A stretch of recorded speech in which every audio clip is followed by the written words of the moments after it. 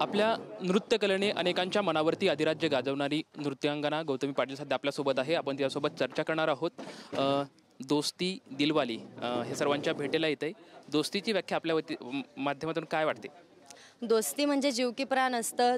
म्हणजे मित्र मैत्रिणी असलं की माणूस दुःख विसरतो, मला हे वाटतं।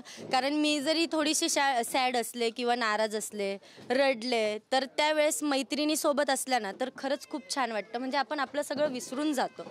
तर याला मैत्री म्हणतात आणि दुःखात साथ दिली त्याला मैत्री म्हणतात। वैष्णवी हगवणे प्रकरण सध्या महाराष्ट्र सर्व हळहळतोय। त्यांच्या एका कार्यक्रमामध्ये एका बैलाच्या समोर तुमचा डान्स पण सध्या प्रचंड मोठा व्हायरल होतोय। या सर्व प्रकरणाकडे तुम्ही कसं बघताय? जे झालं ते खरंच दुर्दैवी होतं जे झालं ते, आणि मला आपल्या न्यायव्यवस्थेवर पूर्ण विश्वास आहे। जो कोणी असेल म्हणजे ज्यांनी ही चूक केली आहे, जो दोषी आहे त्याला मी तर म्हणते कडक शिक्षा व्हावी अशी माझी इच्छा आहे। तर बैलांच्या समोर तुमचा डान्स ठेवणं आणि घरातल्या सुनेलाच म्हणजे जनावरांसारखं मारणं ह्या प्रकाराकडे हे खूप चुकीचं आहे। असं करायला नाही पाहिजे। कारण की एक स्त्री, एक मुलगी आपलं सर्वस्व सोडून दुसऱ्याच्या घरी नांदायला जाते, तर तिच्यासोबत खरंच खूप चांगलं म्हणजे व्यवहार केला पाहिजे।